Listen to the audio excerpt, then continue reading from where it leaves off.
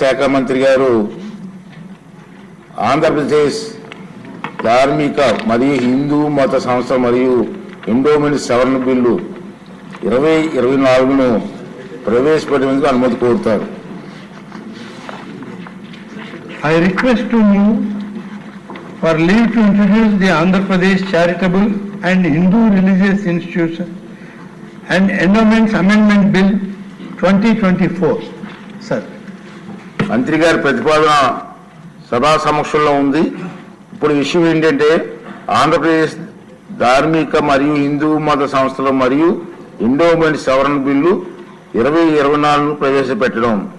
ఈ ప్రతిపాదనకు సుముఖంగా ఉన్నవారు అవుననండి, వ్యతిరేకంగా ఉన్నవారు కాదనండి. అవునన్నారు, అందరూ అవునన్నారు. ప్రతిపాదన ఆమోదించడమైంది. బిల్లు సభలో ప్రవేశపెట్టడం జరిగింది. నెక్స్ట్ దేవాదాయ శాఖ మంత్రి గారు ఆంధ్రప్రదేశ్ ధార్మిక మరియు హిందూ మత సంస్థలు మరియు ఎండోమెంట్ సవరణ బిల్లు 2024ను పరిగణలోకి తీసుకునేందుకు అనుమతి కోరుతారు.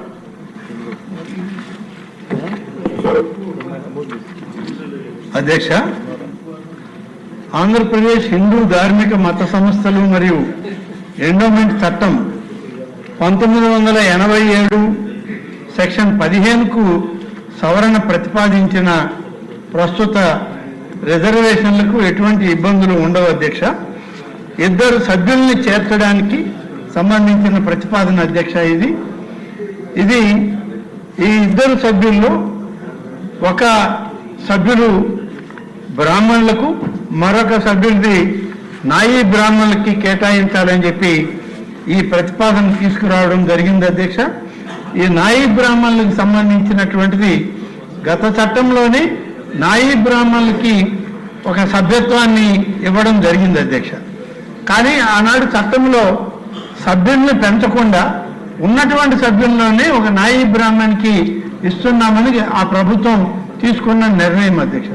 దాని వలన వచ్చిన ఇబ్బంది ఏంటంటే బలహీన వర్గాలకు ఇతర వర్గాలు ఏవైతే ఉన్నాయో వాళ్ళకి సభ్యత్వం లేకుండా పోయే పరిస్థితి ఈ ఆలయ పాలక వర్గాల్లో వచ్చింది అధ్యక్ష. అందుకని మన ప్రభుత్వం వచ్చాక గౌరవనీయ ముఖ్యమంత్రి శ్రీ చంద్రబాబు నాయుడు గారు ఎన్నికల సందర్భంలో ఇచ్చినటువంటి హామీ మేరకు బ్రాహ్మణులకు, నాయీ బ్రాహ్మణులకు ఇద్దరికి కూడా 2 సభ్యత్వాలను పెంచి పాలక వర్గాల్లో ఈ 2 వర్గాలకు కూడా సభ్యత్వం ఇవ్వాలని చెప్పి ముఖ్యమంత్రి గారు చెప్పిన మీదట ఆ చట్టాన్ని ఇవాళ మార్పు చేయడానికి ఆంధ్రప్రదేశ్ హిందూ ధార్మిక మత సంస్థలు మరియు ఎండోమెంట్ చట్టం 1987లో 15కు మరియు 17కు సవరణ ప్రతిపాదించినటువంటి ఇది అధ్యక్ష.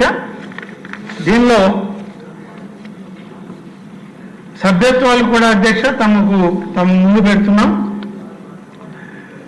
మనకు 15 సెక్షన్ క్లాజ్ ఏలో 20 కోట్లకు పైబడిన ఆదాయం కలిగిన ఆలయాలకు 15 మంది సభ్యులు ఉండేవారు అధ్యక్ష.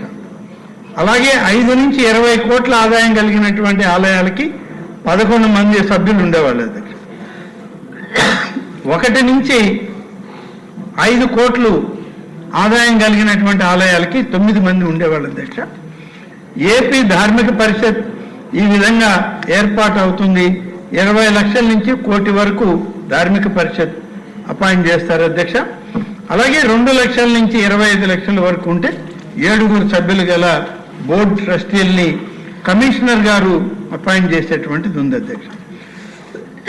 అలాగే సెక్షన్ 17(5) అధ్యక్ష, ప్రతి ట్రస్ట్ బోర్డులో 50% రిజర్వేషన్లు ఎస్టీ, ఎస్సీ, బీసీ వర్గాలకు చెందిన సభ్యుల్ని నియమించవచ్చు అధ్యక్ష. ఎక్సెప్షియో సభ్యులను కూడా మినహాయించి ఈ విధంగా ఉన్నటువంటి గత చట్టంలో మార్పులు తీసుకొచ్చి 15, 17 సెక్షన్లకి ఈరోజు సవరణలు తెచ్చి దీనిలో మరింత మంది సభ్యులు వచ్చే విధంగా 2 సభ్యుల్ని పెంచే విధంగా ఈరోజు ఈ చట్ట సవరణ తీసుకొచ్చాము అధ్యక్ష. దీనిలో గతంలో 5 మంది ఉంటే 7 మందికి, 9 నుంచి 11కు, 11 మంది ఉంటే 13కు, 15 నుంచి 17కు ఇలా సభ్యుల్ని సంఖ్య పెంచే ఈ అమెండ్మెంట్ మేము ముందుకు తీసుకురావడం జరిగింది అధ్యక్ష. తమ ద్వారా ఇది సభ్యులకు కూడా వివరణ ఇస్తున్నాం అధ్యక్ష. దీనివలన ఈ సవరణ లేని దానివల్ల దాదాపుగా 3 మాసాలని నుంచి పాలక వర్గాలను కూడా ప్రభుత్వం వేయలేకపోయింది అధ్యక్ష.